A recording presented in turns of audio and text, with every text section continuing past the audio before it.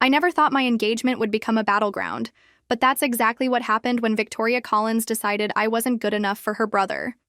My name is Olivia Mitchell, and at 29, I thought I had finally found everything I ever wanted. A fulfilling career in marketing, the love of my life in James Collins, and the promise of a family that would finally feel like home. The day James proposed was the happiest of my life. He got down on one knee at sunset on the beach, waves crashing behind us, and promised me forever. When he slipped that gorgeous emerald-cut diamond on my finger, I couldn't stop the tears. "I can't wait to make you a Collins," he had whispered, and my heart soared at the thought of belonging. I'd met his family several times before, and while his parents Eleanor and Richard seemed reserved but polite, his sister Victoria had always been difficult. There was something in the way she looked at me during family dinners, a slight curl of her lip when I spoke, the way she'd interrupt me mid-sentence or reference inside family jokes I couldn't possibly understand. I tried to brush it off, to make excuses for her behavior. Maybe she was just protective of her brother. Maybe she needed time to warm up to me. But the night of our engagement party changed everything. The Collins family estate was transformed into a fairy tale setting, with twinkling lights and champagne flowing freely as we celebrated our upcoming union. I was floating on air until Victoria cornered me near the garden, champagne flute in hand, and a cold smile on her face. "Enjoying yourself?" she'd asked, her voice dripping with false sweetness. When I nodded, her expression hardened. "Don't get too comfortable. You're not family yet," she said, her eyes locked on mine. "And to be honest, you never will be." Those words cut deeper than any knife, sending ice through my veins in an instant. That night marked the beginning of a war I never wanted to fight, with stakes higher than I ever imagined. And standing there in my beautiful dress, surrounded by flowers and congratulations, I had no idea how much worse it would get, or how dramatically I would eventually have to stand up for myself. Family had always been a complicated concept for me. Growing up in the foster care system meant I never had the stability most people take for granted. From age 7, after my parents died in a car accident, I bounced between 5 different foster homes. Some were decent, others were nightmares I still can't talk about without my voice shaking. The last family I stayed with, the Thompsons, were kind, but never quite managed to make me feel like I truly belonged. When I aged out of the system at 18, I threw myself into building a life. I worked 3 jobs to put myself through college, graduated with honors, and climbed the corporate ladder with a determination born from knowing that nobody else would create the life I wanted. By 28, I was a marketing executive at a respected firm in Boston, with my own apartment and a small circle of loyal friends. But there was always this emptiness, this yearning for the kind of family bond I'd missed out on. Then I met James at a charity auction my company was sponsoring. He was there representing his family's foundation, and our eyes met across the room in that cliché but utterly real way that changes everything. Tall, with kind eyes and an easy laugh, James was the sort of person who made everyone feel important. Our first date lasted 6 hours, starting with dinner and ending with a walk along the river at midnight, neither of us wanting the night to end. His background couldn't have been more different from mine. The Collins family had old money, a sprawling estate outside the city, and the kind of tight-knit family dynamic I had always dreamed about. Sunday dinners were sacred, holidays were elaborate affairs filled with traditions, and the family had a shared history that stretched back generations. When James first invited me to a family dinner 3 months into our relationship, I spent hours choosing the right outfit, practicing what I'd say, desperate to make a good impression. His parents, Eleanor and Richard, were polite, if somewhat formal. Richard asked thoughtful questions about my work, while Eleanor complimented my dress with a slightly evaluating gaze. But Victoria, James's older sister by 2 years, watched me like a hawk circling its prey. She asked pointed questions about my background, her eyebrows rising slightly when I mentioned foster care. "How interesting," she'd said, in a tone that suggested it was anything but. Over the next few months, as my relationship with James deepened, Victoria's microaggressions became a constant undercurrent. She'd accidentally exclude me from family photo opportunities, mention James's ex-girlfriend Caroline's accomplishments at random moments, or helpfully explain family customs to me as if I were a particularly slow child. Victoria's just protective. James would say when I cautiously brought up her behavior. She'll warm up to you, I promise. I wanted to believe him so badly. I tried everything to win her over. I invited her to lunch, asked her opinion on things, brought thoughtful gifts to family gatherings. When James and I moved in together after a year of dating, I even asked Victoria for decorating advice, hoping to build a bridge. She showed up with a portfolio of ideas that completely disregarded everything I'd said I liked, and then seemed offended when I gently suggested alternatives. Well, I suppose if that's what you want, she said with a tight smile. I just thought, you might want the apartment to have some class. Caroline had such exquisite taste. Despite everything, I held on to hope. When James proposed after 2 years together, whispering promises of forever on our favorite hiking trail as the sun set behind the mountains, I said yes with my whole heart. Maybe once we were married, once I was officially a Collins, Victoria would finally accept me. Maybe then I would finally have the family I had always longed for. Little did I know that my engagement ring wasn't a ticket to acceptance, but the beginning of the most challenging test of my self-worth I would ever face. The day after James proposed at our favorite hiking spot, we drove to his parents' house to share the news in person. I remember being so nervous my palms were sweating as we pulled into the long driveway leading to the Collins family estate. The house was a beautiful Georgian-style mansion that had been in their family for generations, with perfectly manicured gardens and a grand entrance that still intimidated me despite my many visits. Eleanor answered the door herself, which was unusual, and I wondered if James had given her a heads up about our news. Her smile seemed genuine as she hugged her son, though her embrace with me was noticeably briefer. Richard emerged from his study, reading glasses perched on his nose, and gave James a hearty handshake before kissing my cheek. Victoria's in the sunroom, Eleanor said, leading us through the house. She's just returned from her trip to Milan. The sunroom was flooded with light, highlighting Victoria's perfect posture as she sat flipping through a fashion magazine.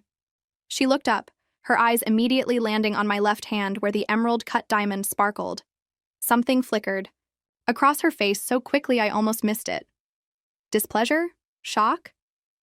But then it was gone, replaced by a smile that didn't quite reach her eyes. Well, she said, standing to air-kiss James's cheeks. I had a feeling this visit might be special. She turned to me, her gaze calculating. Congratulations, Olivia. I suppose we'll be seeing even more of you now. The emphasis she placed on more made it sound like a burden rather than a pleasure. James, either oblivious to or ignoring the undercurrent, beamed and launched into the story of his proposal. Victoria listened, occasionally interjecting with comments like, "Really? James? I thought you were planning something more elaborate," or, "That ring is certainly unique. Did Olivia pick it out herself?" Each comment felt like a tiny needle, but I smiled through it, determined not to let her ruin this special moment. The rest of the afternoon unfolded with champagne and tentative wedding discussions. Eleanor immediately suggested their family's country club for the venue, while Richard began talking about having his golf buddies from the board of directors attend. Victoria remained mostly silent, watching the proceedings with a slight smirk until the conversation turned to the wedding party. "Of course Victoria will be your maid of honor, right, Olivia?" Eleanor said, not really asking so much as stating what she assumed was obvious. Before I could respond that I'd actually planned to ask my best friend Maya, Victoria cut in. "I'd be happy to step in since I'm not sure Olivia has many long-term friends." The implication that my foster care background meant I couldn't maintain relationships, Victoria had already been there, telling owners the booking would be under the Collins name and making completely different arrangements. She'd show up at every vendor meeting, interrupting when I spoke and making decisions without consulting me. "You don't understand our family traditions," she'd say dismissively. "James's cousin had her centerpieces like this, and his other cousin had this specific menu. We can't break tradition." James noticed my growing frustration but continually downplayed it. "She's just excited," he'd say. "And honestly, she knows what will make my parents happy. Maybe we should compromise on some things." Each compromise felt like a small piece of my dream slipping away. The situation escalated when we had dinner with James's extended family to announce our engagement.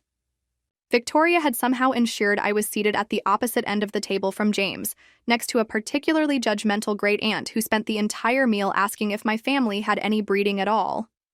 When the conversation turned to wedding planning, Victoria loudly mentioned that she'd taken the liberty of revising our guest list. I added about 50 people from Dad's business connections and Mom's charity board, she announced. And I invited Caroline too, James. I hope that's okay. You two have such history.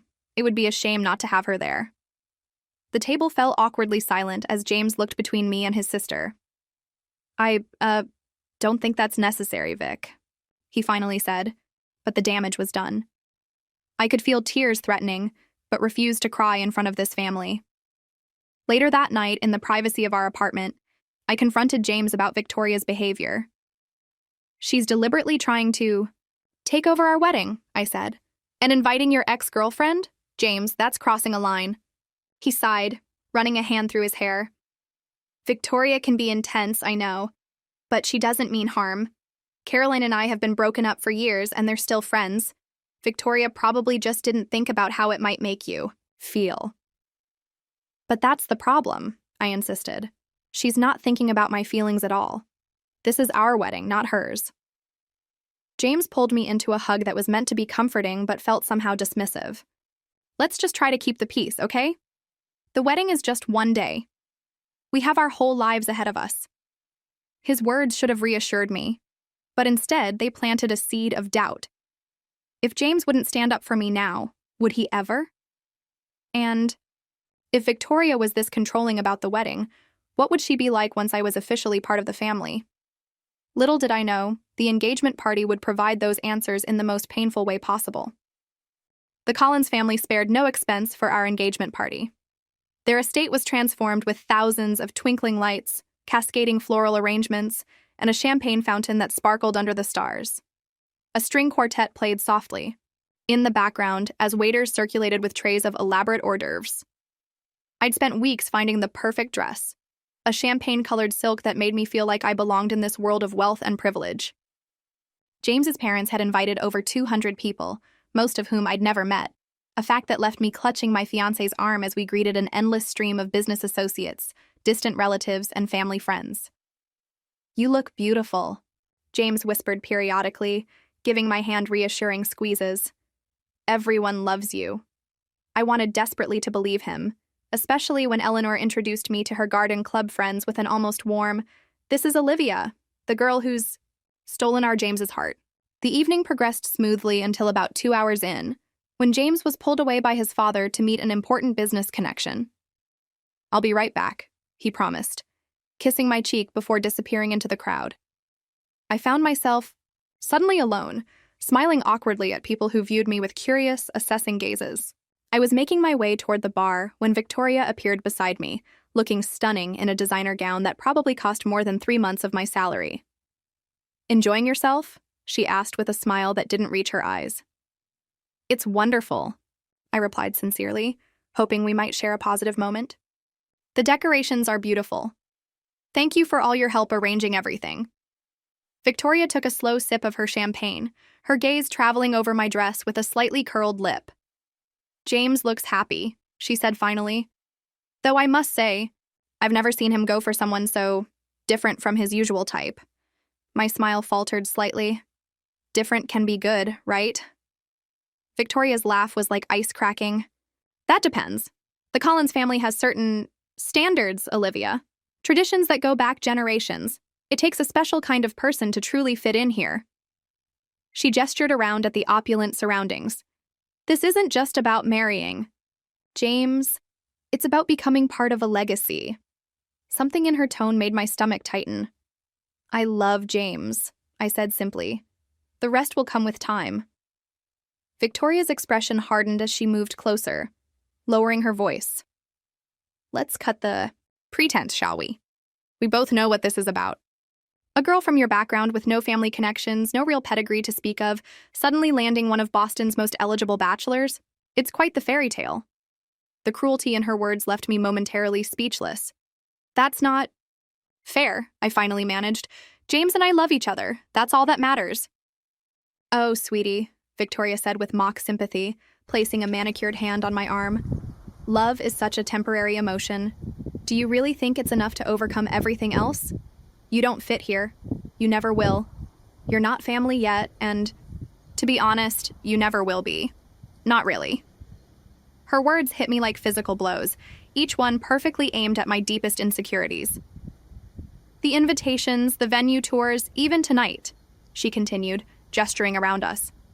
I've been watching you try so hard to belong, and it's almost sad, like watching someone wear shoes 2 sizes too small and pretending they're comfortable. I became aware that a few nearby guests had gone quiet, obviously listening to our exchange. The humiliation burned through me as I fought to maintain my composure. You don't know anything about me or what James and I share, I said, my voice shakier than I wanted it to be. Victoria's smile was pure venom. I know my brother. I know he goes through phases. Remember his artist period in college? Or when he dated that jazz singer? You're just his latest rebellion against the family expectations. Once the novelty wears off, he'll come to his senses.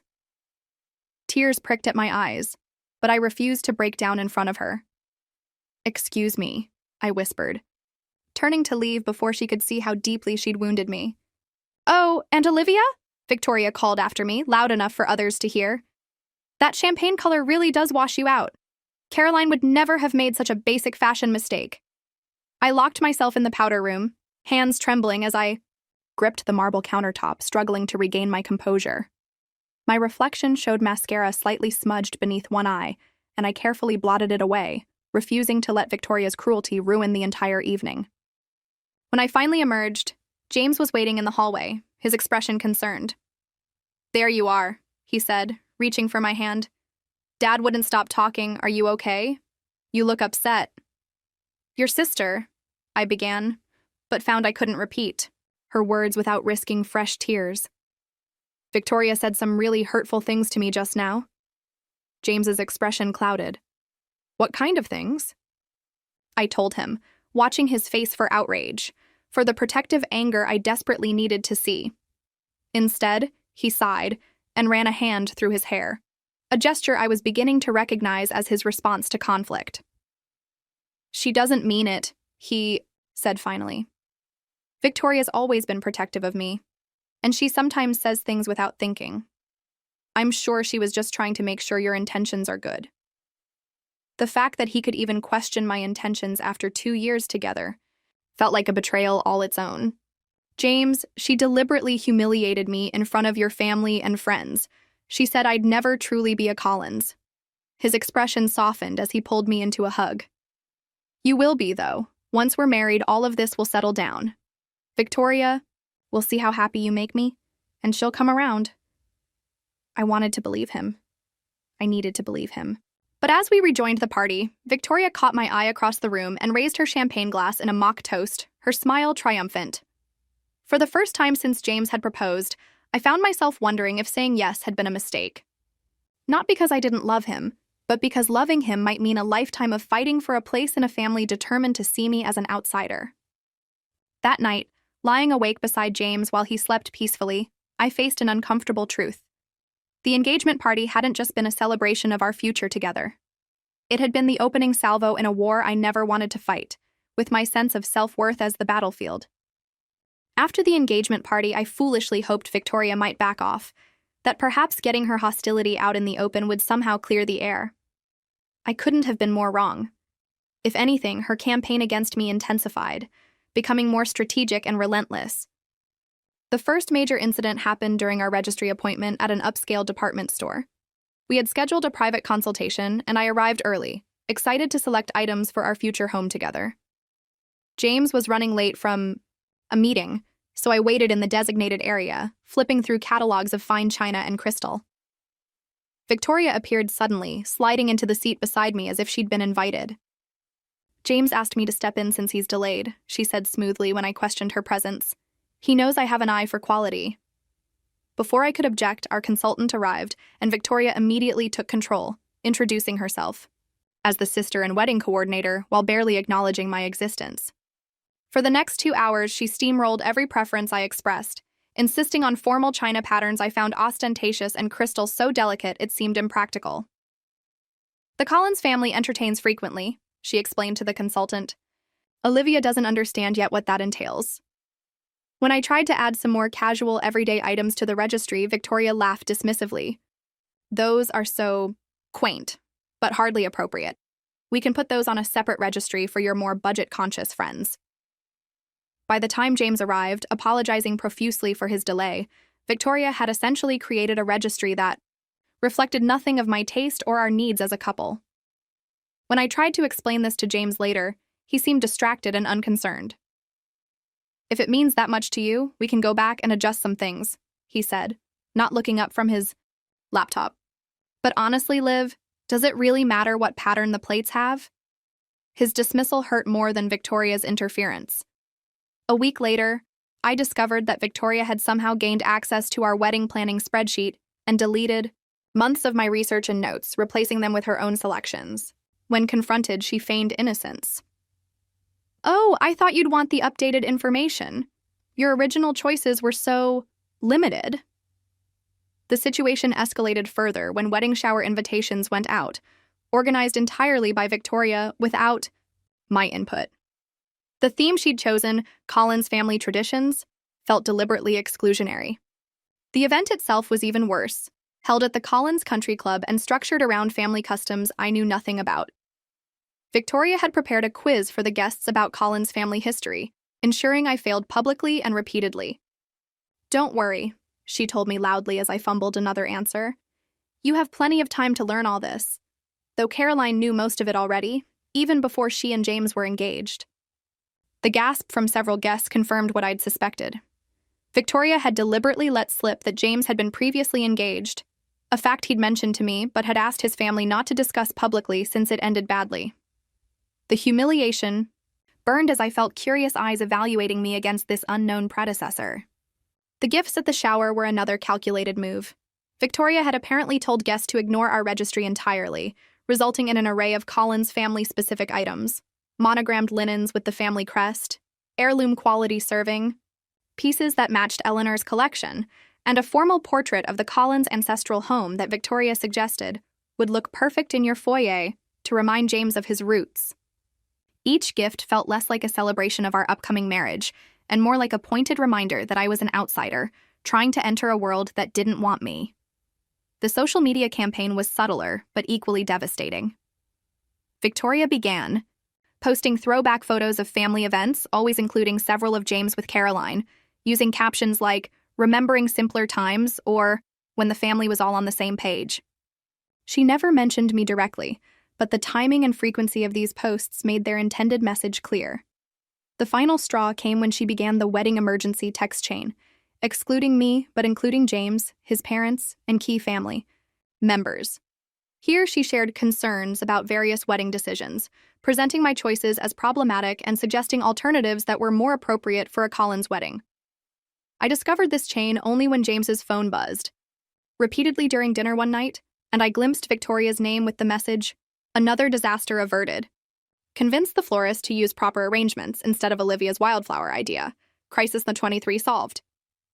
When I confronted James about the text chain, he seemed genuinely conflicted for the first time. Victoria is going overboard, he admitted. But she's just trying to help in her own way. My parents are contributing a lot financially, and they have certain expectations. But it's our wedding, I insisted, fighting back tears of frustration. Don't you want it to reflect us, not just your family traditions? James pulled me into a hug that felt more like a way to avoid eye contact than genuine comfort. Of course, I do. But maybe some battles aren't worth fighting? In the grand scheme of things, does it matter if the flowers are wildflowers or roses? Each small surrender felt like I was losing pieces of myself, compromising not just on wedding details, but on my very right to have an equal voice in our relationship. Meanwhile, Victoria continued sending inappropriate engagement gifts to our apartment. A book on proper etiquette with passages highlighted, family photo albums with Caroline prominently featured, and even a DNA test kit with a note saying, "Thought you might want to discover if you have any notable ancestry after all." Each gift arrived with a saccharine note signed, "From your future sister, who only wants the best for the family." James would shake his head at these misguided gestures but never confronted his sister directly. Instead, he suggested I simply return the gifts or donate them, avoiding conflict. But conflict was becoming unavoidable as the wedding date approached, and Victoria's interference grew more aggressive. The constant undermining and microaggressions were taking their toll on me emotionally. I found myself second-guessing every decision, withdrawing from friends who grew tired of hearing about wedding drama, and losing sleep over what should have been the happiest time of my life. What scared me most was how I was beginning to see myself through Victoria's eyes, unworthy, unsuitable, an interloper in the perfect Collins family narrative.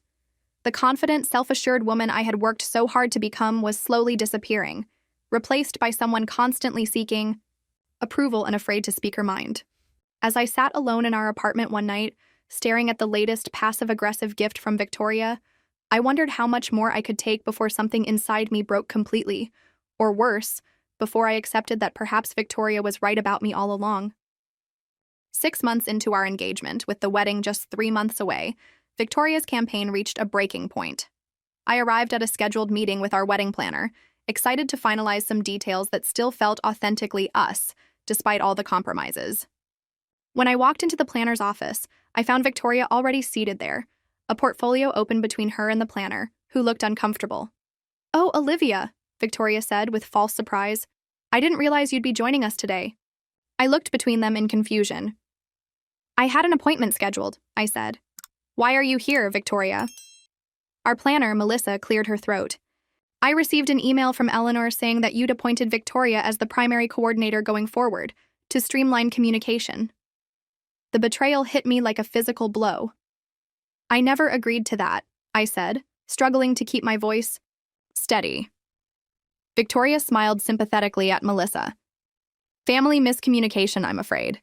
Olivia has been so stressed with work lately. Mom thought it would be helpful to take some pressure off." Before I could respond, Victoria continued. "I've taken the liberty of making some necessary changes.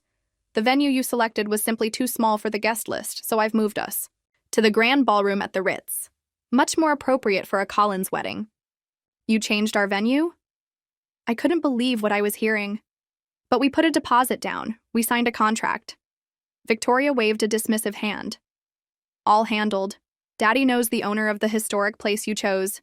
He was very understanding about the situation." As Victoria continued detailing the changes she'd made, each word hit like another nail in the coffin of my wedding dreams. She'd changed the flowers from my chosen wildflower arrangements to formal rose displays. The menu had been completely revamped from our farm-to-table concept to a traditional 5-course formal dinner. Even our cake design had been scrapped, in favor of a replica of the cake served at every Collins family wedding for the past 3 generations. "And I've adjusted the seating chart," Victoria added, sliding a diagram across the table. "I moved your college friends to the back near the kitchen. We needed those prime tables for Dad's business associates." I scanned the chart in disbelief, noticing that my small circle of friends had been relegated to the worst tables in the room, while the front was filled with names I didn't recognize. And there, at table 3, prominently placed, was a name that made my blood run cold. Caroline Whitman, James's ex-girlfriend. "You invited Caroline to our wedding?" I asked, my voice barely a whisper. Victoria had the audacity to look offended. "Of course, she's practically family. James dated her for 5 years, they were engaged for 1. Everyone expected them to marry until she got that job offer in London." This was news to me. James had mentioned dating Caroline seriously, but had never disclosed they were actually engaged. I felt sick as Victoria continued. "Caroline's back in Boston now, actually. We had lunch last week. She's looking forward to the wedding. Says she has no hard feelings about you and James." The room seemed to spin around me. I excused myself, fled to the restroom, and promptly emptied the contents of my stomach. When I returned, shaking but determined, I found Victoria showing Melissa photos on her phone. "These are from James's cousin's wedding. See how elegant the classic Collins table settings are compared to those bohemian ideas Olivia had?" Summoning every ounce of courage, I interrupted. "Melissa, could you give us a minute, please?" The wedding planner, clearly sensing the tension, nodded and quickly left the room. As soon as the door closed, I turned to Victoria. "This ends now. You had no right to change our venue, our flowers, our menu, or anything else. And you absolutely had no right to invite James's ex-fiancé to our wedding. Victoria's expression hardened, the polite facade dropping entirely. Don't be so dramatic. Olivia, I'm doing you a favor.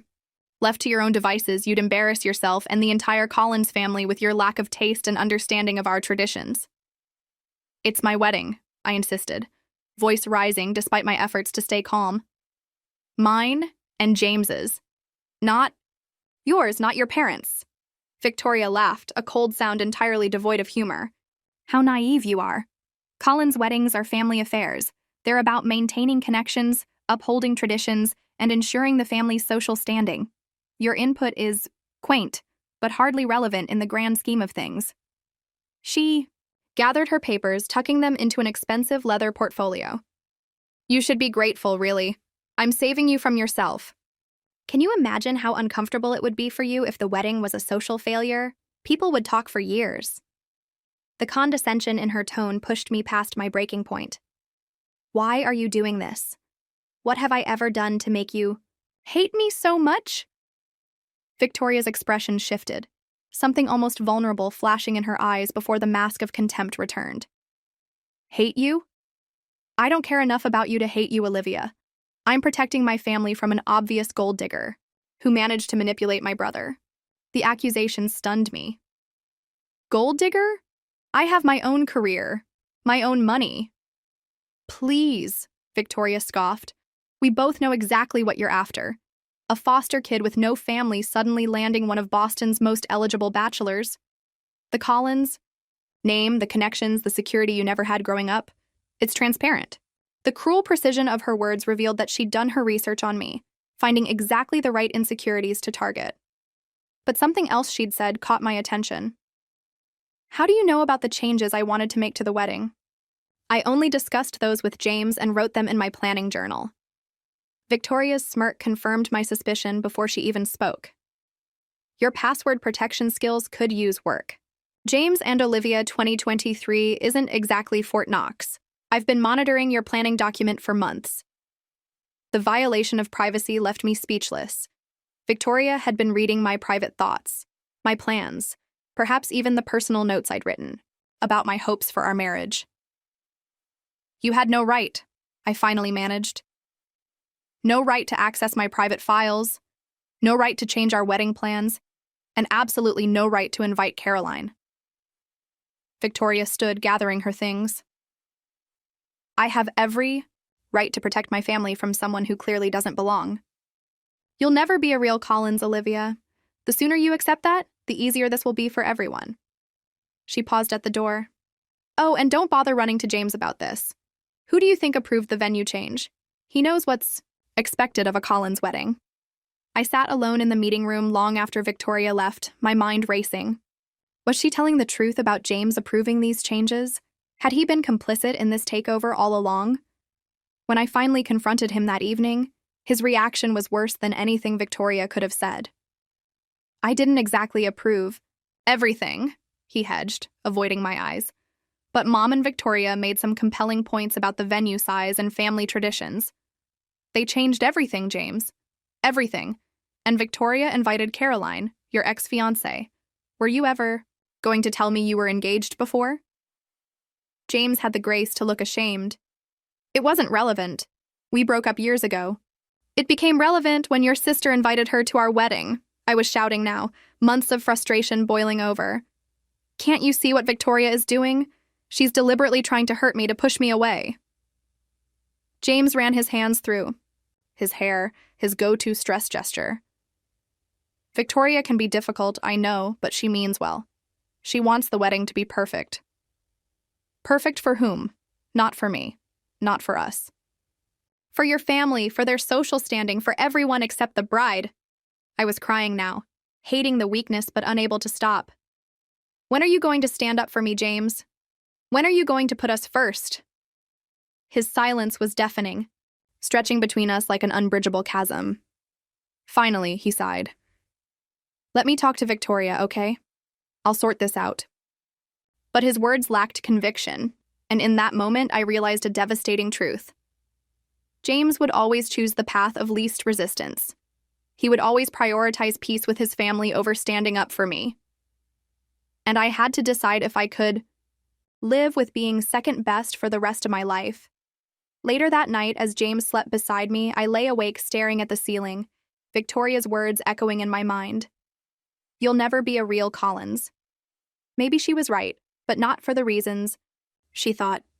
Maybe I would never be a Collins because being one seemed to require surrendering your backbone, your individuality, your very self to the collective family will.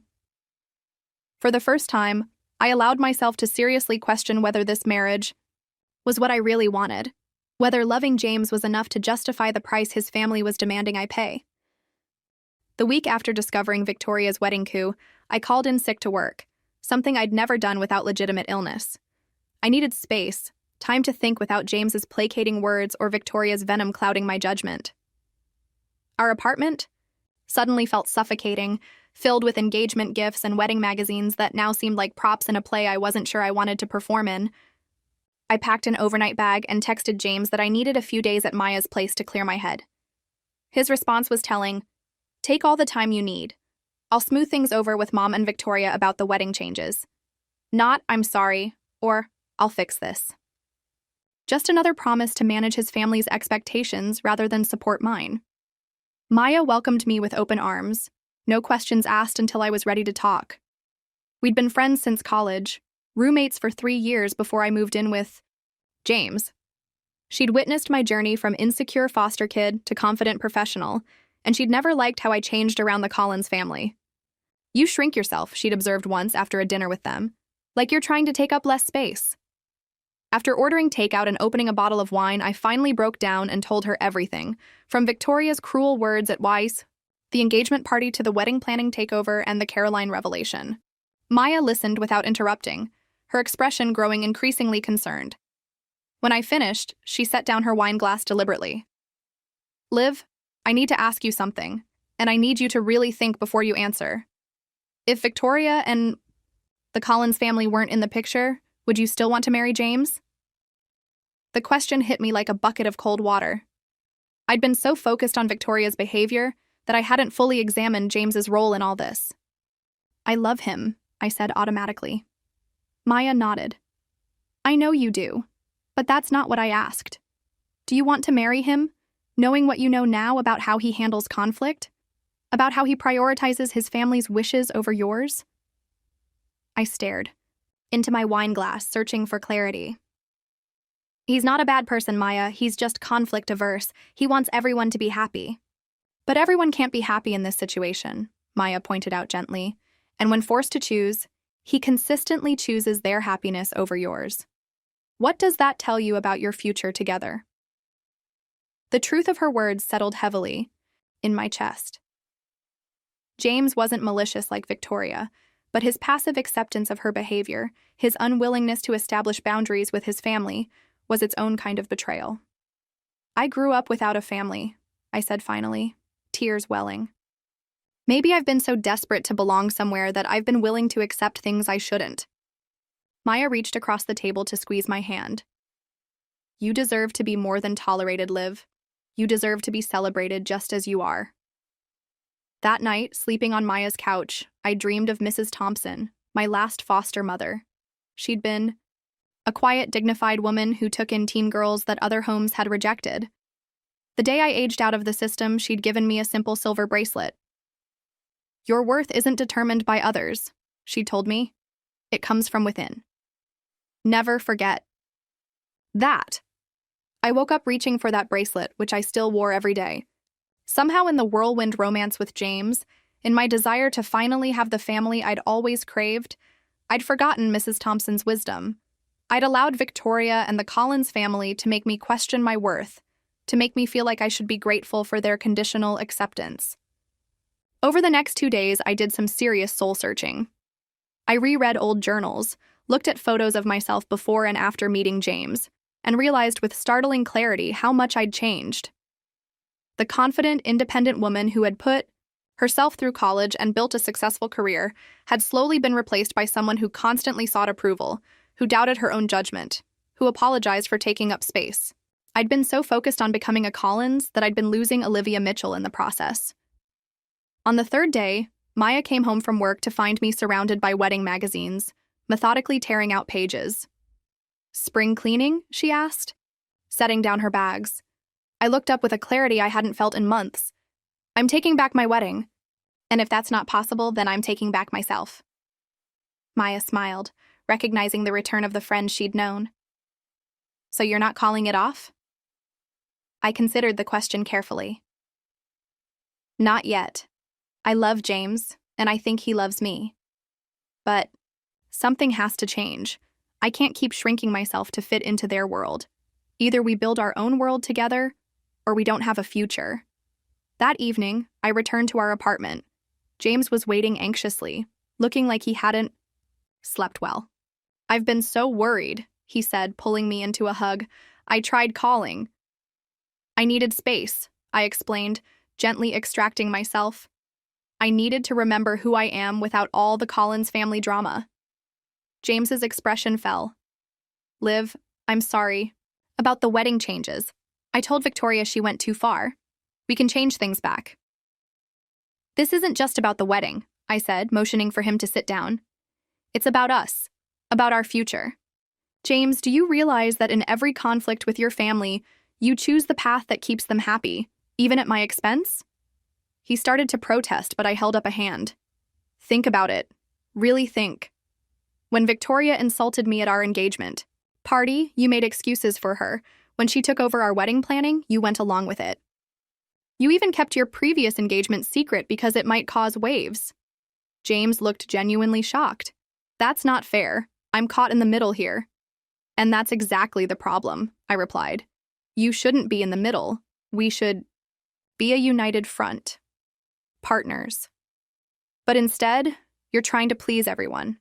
And the result is that no one's truly happy, least of all me." I took a deep breath, gathering my courage.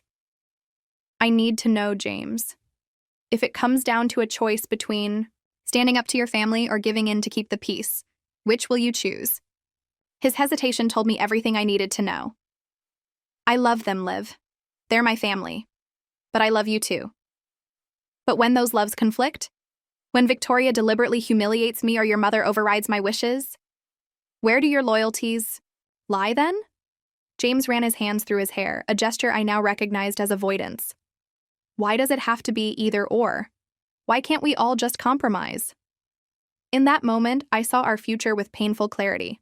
A lifetime of compromises that would always favor the Collins family traditions, preferences, and expectations. A lifetime of Victoria's subtle undermining, with James playing peacemaker rather than protector. "Compromise requires mutual respect," I said finally. "Your sister has made it abundantly clear that she doesn't respect me or my place in your life. And honestly, James, I'm starting to wonder if you do either." The hurt in his eyes was genuine, but so was my pain. "I do respect you, Liv. I love you." "Then prove it," I challenged. "Not with words, but with actions. If you want me to be your wife, then you need to show me that our relationship comes first, that we're building our life together, not just slotting me into the Collins family plan." As we talked deep into the night, I realized that this conversation was long overdue. James finally began to see how his conflict avoidance had enabled Victoria's behavior, how his silence had been interpreted as agreement. Whether it would be enough to change the dynamics remained to be seen, but for the first time in months, I felt like myself again. Strong, clear-eyed, and unwilling to settle for less than I deserved. As I fell asleep that night, Mrs. Thompson's words echoed in my mind. "Your worth isn't determined by others. It comes from within." I had forgotten that fundamental truth, but I wouldn't make that mistake again. Whatever happened with James, whatever decision we ultimately made about our future together, I was reclaiming myself. And that felt more important than any wedding, any family name, any external validation I had been so desperately seeking.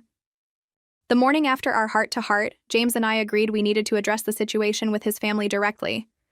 No more passive acceptance, no more behind-the-scenes manipulations. We would meet with his parents and Victoria, lay everything on the table, and establish clear boundaries going forward. James seemed genuinely committed, though I could see the anxiety in his eyes at the prospect of confronting his family. "This won't be easy," he admitted as we drove to the Collins estate that Sunday. "They're not used to being challenged." I reached over to squeeze his hand. I know.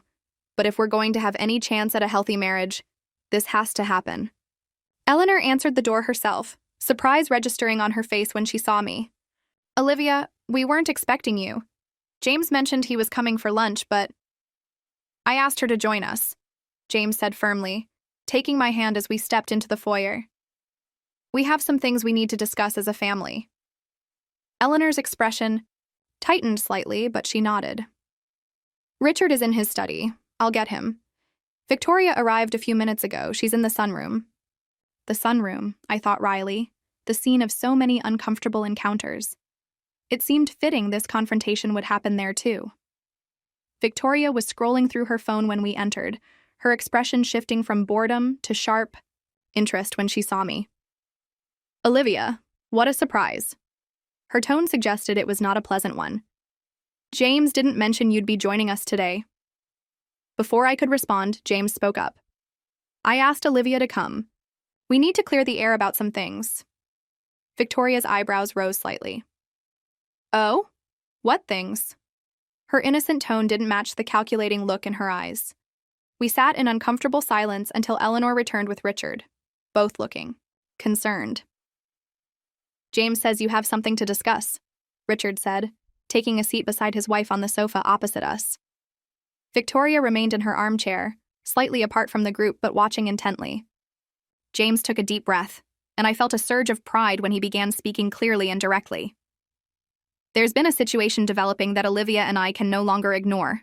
Victoria has been systematically undermining our relationship and taking over our wedding plans without our consent. Victoria immediately protested. That's ridiculous. I've only been trying to help since Olivia clearly doesn't understand our family traditions. Let me finish, James said, with a firmness I'd rarely heard from him. He proceeded to outline Victoria's behavior, the comments at the engagement party, the wedding planning takeover, the invitation to Caroline, the password hacking. With each example, Eleanor's expression grew more troubled, while Richard looked increasingly uncomfortable. Victoria's face flushed with anger as her actions were laid bare. When James mentioned the "you'll never be a real Collins" comment, Eleanor gasped audibly. Victoria, you didn't really say that, did you? Victoria's composure slipped for the first time. I was just being honest. Someone needed to make sure she understood what marrying into this family really means. And what does it mean? I asked, speaking up for the first time. All eyes turned to me. Does it mean surrendering my identity? Giving up my preferences, my voice, my autonomy? Because if that's what being a Collins requires, I'm not sure it's a family I want to join. The room fell silent. Richard cleared his throat. Olivia, surely you understand that certain traditions are important to us. The Collins name carries certain expectations. I do understand that, I replied. What I don't understand is why those traditions and expectations should completely override our wishes for our own wedding, our own life together. I turned to face Victoria directly. What I really don't understand is why you've been so determined to push me out from day one. What did I ever do to make you hate me so much? Victoria's mask of politeness dropped completely. You want to know why? Because you're an opportunist. I've seen how this plays out before. Someone from nowhere with no family, no connections, suddenly infiltrating our world. Next thing you know, James is disconnected from his family, our traditions are discarded, and the Collins legacy is diluted. The naked prejudice in her words shocked even her parents. Victoria! Eleanor exclaimed. But Victoria wasn't finished. Let's be honest about what this is. You saw James with his family money and connections, and you saw your ticket to the life you never had. The stable family, the social standing, all of it. Her words were cruel, but her voice shook slightly, revealing something beneath the venom. Fear, perhaps. Insecurity. I took a deep breath, determined to maintain my composure. You're right about one thing, Victoria. I do want a family. I've wanted one since I was 7 years old and lost mine in a car accident. But you're wrong if you think I'm after the Collins name or money. I fell in love with James despite his family, not because of it. I looked directly at Eleanor and Richard. I have my own career, my own accomplishments. I put myself through college working 3 jobs. I've built a life I'm proud of. I don't need the Collins money or connections. What I wanted was to be part of a family that would accept me for who I am. I turned back to Victoria. But you've made it abundantly clear that will never happen. James reached for my hand, squeezing it supportively. This isn't just Olivia's problem, he said to his family. This is about respect. Victoria, you've disrespected my fiancé, my relationship, and my ability to make my own choices. You've gone behind our backs, made decisions that weren't yours to make, and deliberately tried to hurt someone I love. Victoria's expression hardened. I was protecting you, James, like I've always done. I don't need your protection, James replied firmly. I need your respect. Olivia is going to be my wife. That means she's going to be family. If you can't accept that, if you can't treat her with basic decency, then we have a serious problem. The tension in the room was palpable. Richard finally broke the silence. I had no idea things had gotten this out of hand. He looked at Victoria with disappointment. Accessing private accounts? Inviting James's ex to the wedding? Victoria, that's completely inappropriate. Eleanor nodded slowly.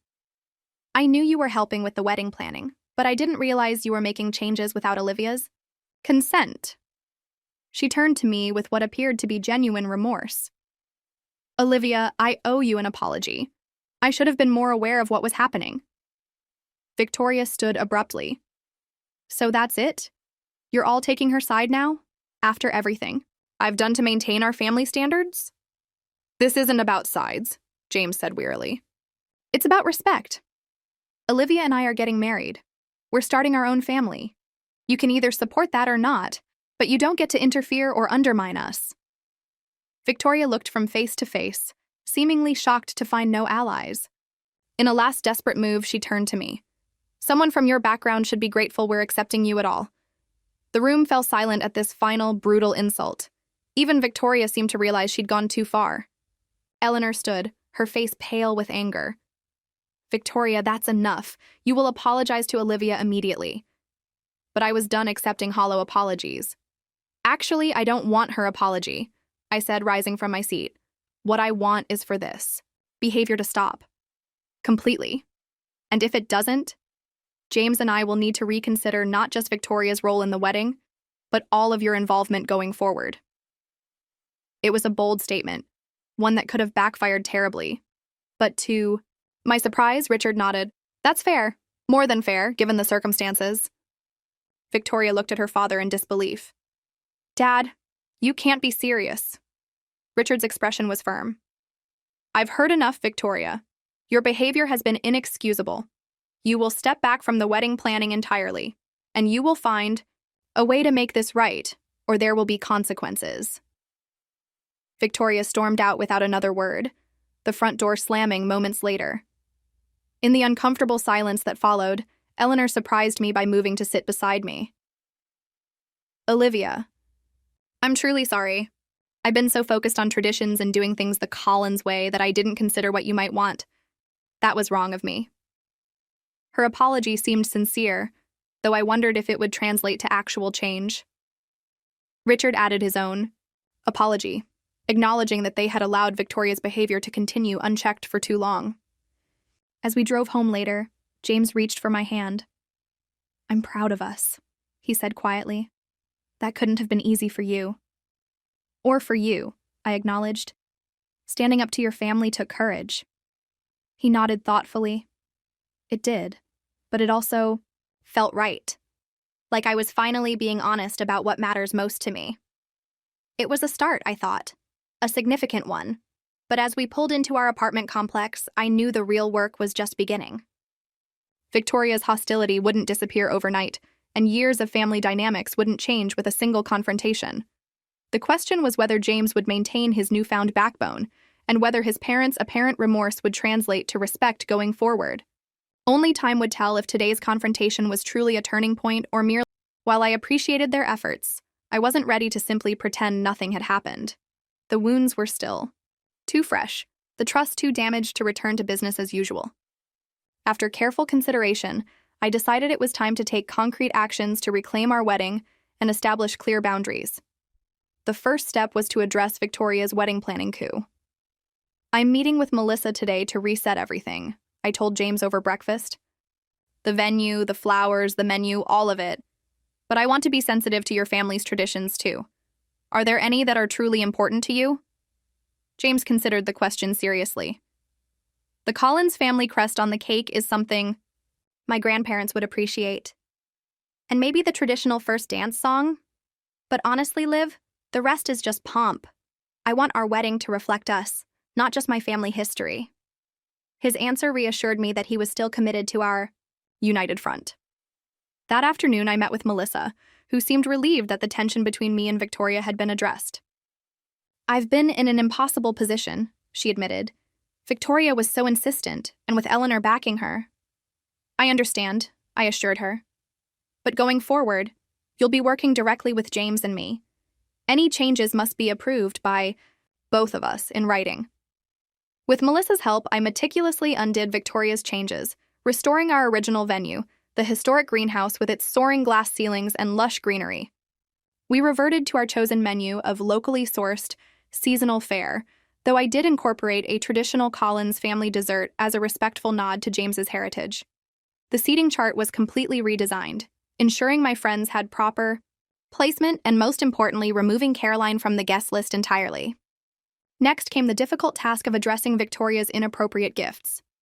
I carefully packed each one, wrapping them in their original packaging where possible. With each item, I included a short, polite note. Thank you for thinking of us. But this isn't quite right for our home. Best wishes, Olivia. It was cordial but firm, returning the unwanted items without apology or explanation. I was returning boundaries, not just gifts. The Collins family registry presented a more complex challenge. After discussion with James, we created a second, separate registry that truly reflected our taste and needs as a couple. For friends who had asked about gift ideas, we quietly directed them to this new registry. For the Collins family connections, who would inevitably follow Victoria's lead, we left the original registry intact. It's a compromise, I explained to James. Your family gets the formal china they think we need, and our friends can give us things we'll actually use. The most significant decision, however, was removing Victoria from the wedding party. I had never actually asked her to be a bridesmaid, but Eleanor's assumption had somehow made it official in the family's mind. I drafted a carefully worded email to Victoria, copying James, Eleanor, and Richard. After careful consideration of recent events, James and I feel it would be best if you attend our wedding solely as a guest, rather than as part of the wedding party. We hope you understand this decision and will respect our wishes going forward. James read it twice before nodding his approval. It's direct without being cruel. Send it. Within minutes of sending the email, James's phone exploded with calls from his parents and Victoria. He silenced it, sliding it across the table. They can wait. This is our decision, not a negotiation. His resolve strengthened my own. To replace Victoria in the wedding party, I asked Maya to be my maid of honor, a role she should have had from the beginning. For the seating chart, I made one final symbolic change.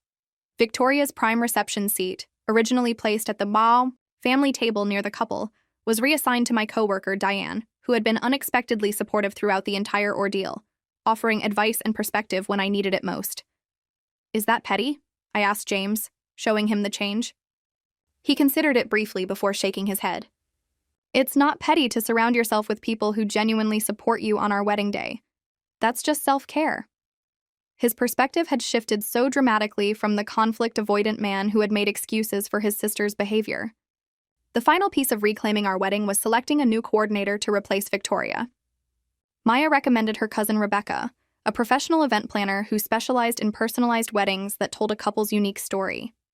When we met with Rebecca, her first question was, what matters most to you two about this day? Not what traditions we needed to uphold or what would impress the guests, but what would make the day meaningful for us. It was exactly the perspective we needed. Throughout this process of reclaiming our wedding, James remained steadfast. He fielded calls from his parents, maintaining our united position without wavering. When his mother tried to argue for Victoria's inclusion in the wedding party, for family harmony, James gently but firmly refused. This is our wedding, Mom. Victoria made her choice when she decided to undermine our relationship repeatedly. There are consequences to that choice. I overheard him on the phone with Victoria as well, his voice calm but resolute as she apparently alternated between anger and attempts at manipulation. No, Vic, this isn't Olivia controlling me. These are our joint decisions. If you want a relationship with us going forward, you need to accept that Olivia is my priority now. Hearing him draw that line clearly, without hesitation, healed something in me that had been broken during the months of watching him prioritize family peace over our partnership. As our reclaimed wedding plans took shape, I found my enthusiasm returning. The day was beginning to feel like ours again, a celebration of our love and commitment rather than an exercise in Colin's family traditions. More importantly, the process of taking back control had strengthened our relationship. James and I were communicating more openly, making decisions together, and presenting a united front to the world. Whether Victoria ever accepted me or not seemed less important now. What mattered was that James and I had found our way back to each other, stronger and more united than before. The ultimate test came 3 weeks after our confrontation, when Eleanor invited us to Sunday dinner. I think we should go, James said cautiously. Not to pretend everything's fine, but to establish our new normal. To show them we're still family, but with boundaries. I agreed, though not without apprehension. As we drove to the Collins estate, James reached for my hand. Whatever happens in there, we're in this together. You and me against the world if necessary. That commitment gave me the courage to walk through the front door, head held high, ready to face whatever awaited us inside. To my surprise, the evening wasn't the disaster I'd feared. Victoria was notably absent, having other commitments, according to Eleanor. Richard made visible efforts to engage me in conversation about my work and interests, while Eleanor showed me a family photo album, this time focusing on James's childhood rather than Colin's family history. They weren't perfect, but they were trying, and that meant something. As we left that night, Eleanor hugged me briefly. I hope you know that we do want you in this family, Olivia, she said quietly. It may take time for all of us to adjust, but you make James happy, and ultimately that's what matters most. Her words weren't a magical solution to all our problems, but they were a start. A recognition that perhaps there was room for me in the Collins family after all. Not as a carbon copy of what they expected, but as myself, with all my differences and unique perspectives. As James and I drove home, I felt something I hadn't experienced in months. Hope. Not just for our wedding day, but for our future together. By standing up for ourselves, by reclaiming our power as a couple, we had changed the dynamic. The road ahead wouldn't be without challenges, but for the first time, I believed we had the tools and the commitment to face those challenges together. Our wedding day dawned clear and bright, sunlight streaming through the soaring glass panels of the historic greenhouse we'd chosen as our venue. As I stood in the small bridal suite, Maya arranging my veil with careful hands, I felt a surreal calm. After everything we'd been through, after all the battles and tears and difficult conversations, we had somehow made it here. To this day, that was truly ours.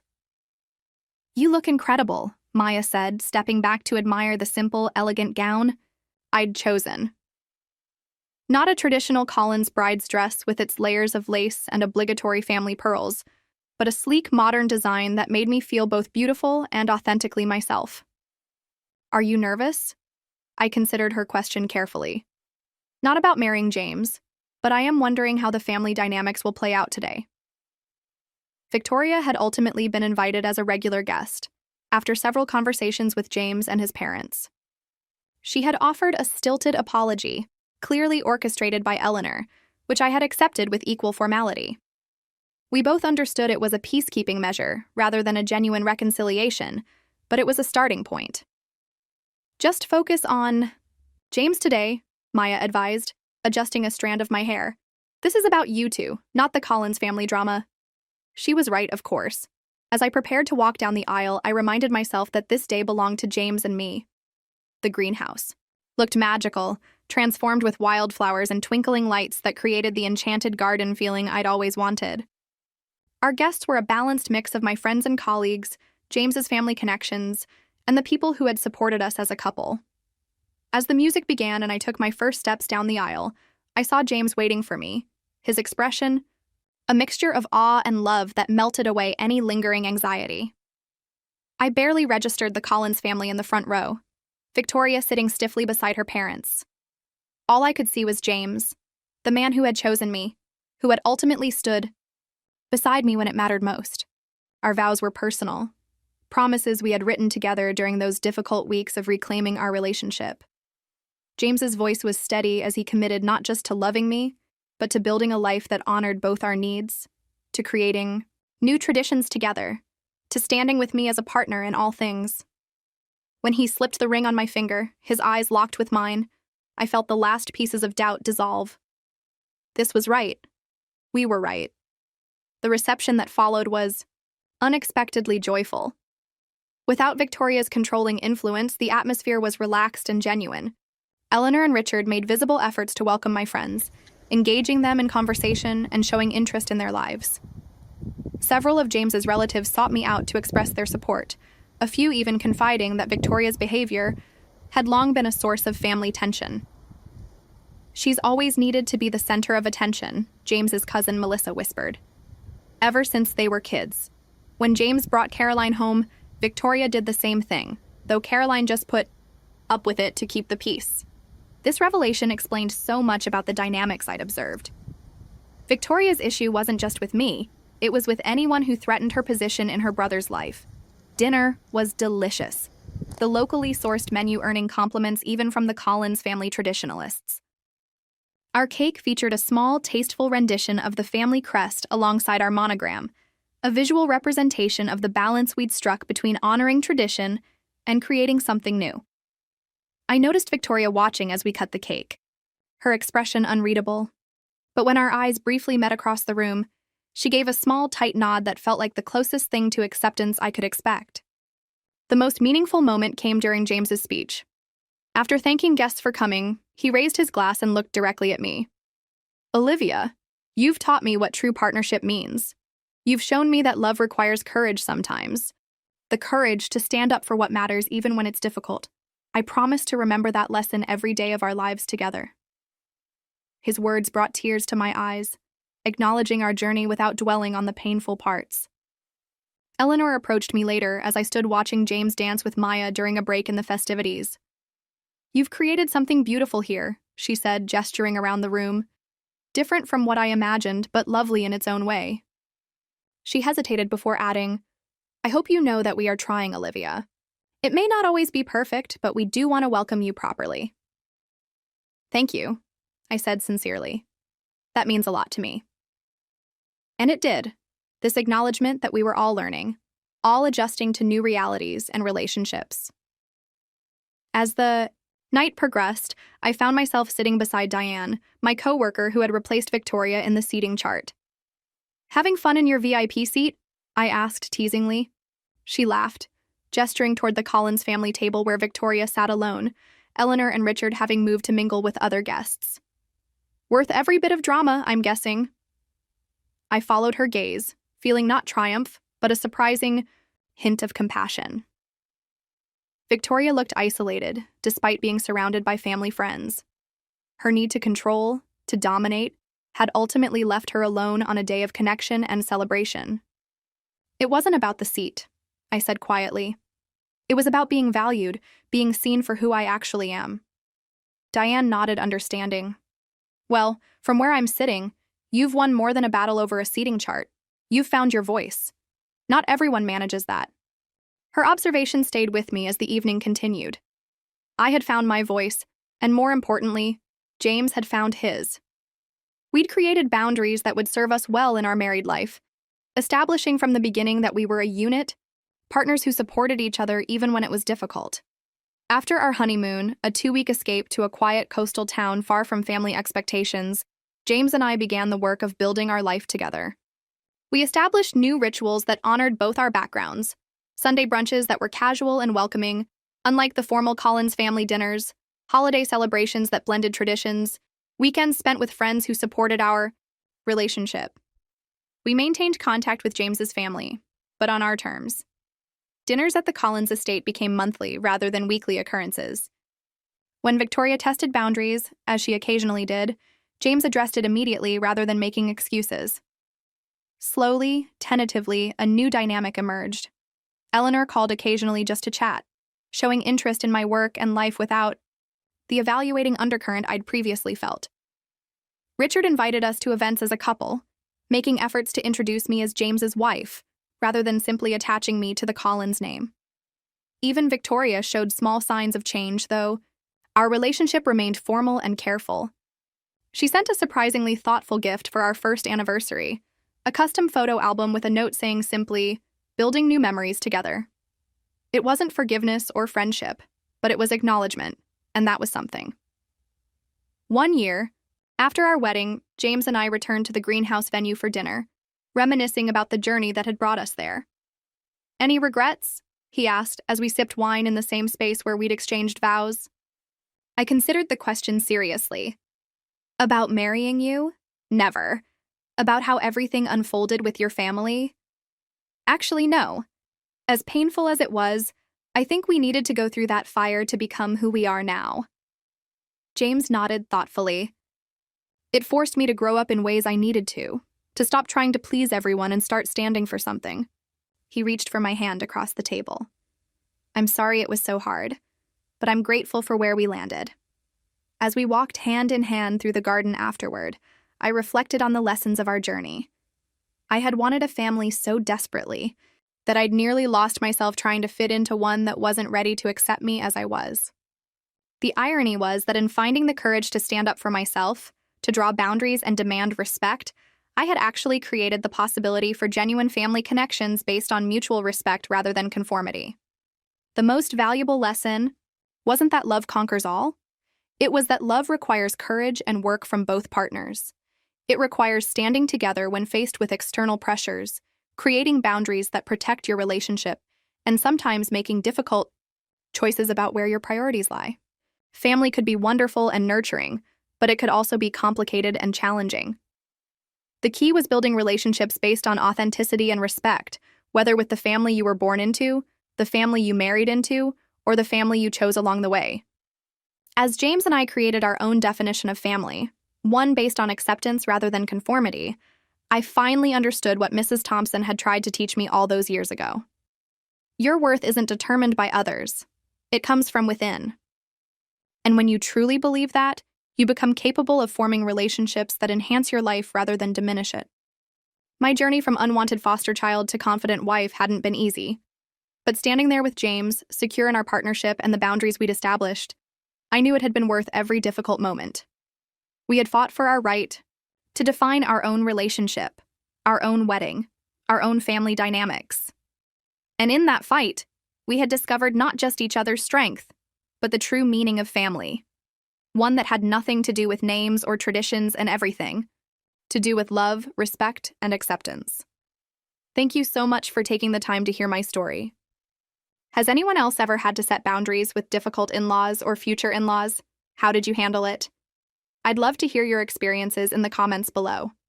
If my story resonated with you, please consider giving this video a like and subscribing to hear more life experiences that might help you navigate your own relationships. Remember, standing up for yourself doesn't mean you don't love others. Sometimes it's the most loving thing you can do for everyone involved, including yourself. Wishing you all the courage to create relationships that honor your worth and bring true joy to your life.